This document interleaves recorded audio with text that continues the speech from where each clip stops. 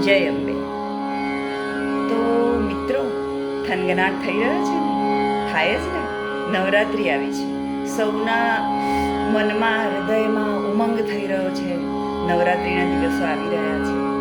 તો ફક્ત એક વિચાર કરું છું કે શા માટે નવરાત્રિ, વર્ષમાં જ્યારે જ્યારે નવરાત્રિ આવે છે ને ત્યારે એવા સમય આવે છે કે જ્યારે બે ઋતુઓનો સંગમ થતો, બરાબર? એટલે કે એક ઋતુની વિદાય અને બીજી ઋતુનો આરંભ. તો જેમ શરદીય નવરાત્રિ આવે છે ને ત્યારે ચોમાસાનું થાય છે વિદાય અને શિયાળાનો આરંભ હોય છે. ને સેમ એવી જ રીતે ચૈત્રી નવરાત્રિ આવે છે ને ત્યારે શિયાળો વિદાય લે છે અને ઉનાળાનો આરંભ થાય છે. ત્યારે જ્યારે આ બે ઋતુઓનો સંગમ હોય ને તો એ સમયે પ્રકૃતિમાં કીટાણુઓ વધી જવા, દરેક મનુષ્યના શરીરમાં વાત, પિત્ત, કફ એનો પ્રકોપ વધવો, તો એના લીધે ઘણા રોગો થાય, લોકો બીમાર થાય.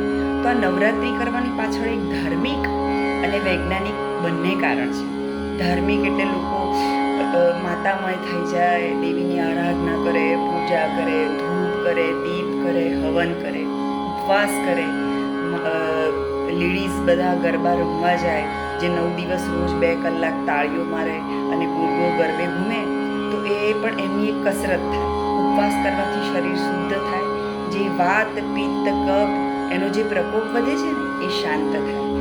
તો દરેક આપણા હિન્દુ તહેવાર છે ને એની પાછળ ધાર્મિક અને વૈજ્ઞાનિક બંને મર્મ છુપાયેલા છે. તો એ સમજીને આપણે આ નવરાત્રિ કરીએ છીએ.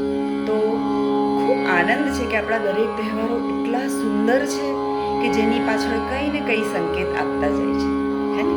તો મિત્રો, નવરાત્રિનો આનંદ કરો, ઝૂમો અને મજાથી 9 દિવસ માતાજીના નવરાત્રિના ગરબા ગાઓ અને આરાધના કરો.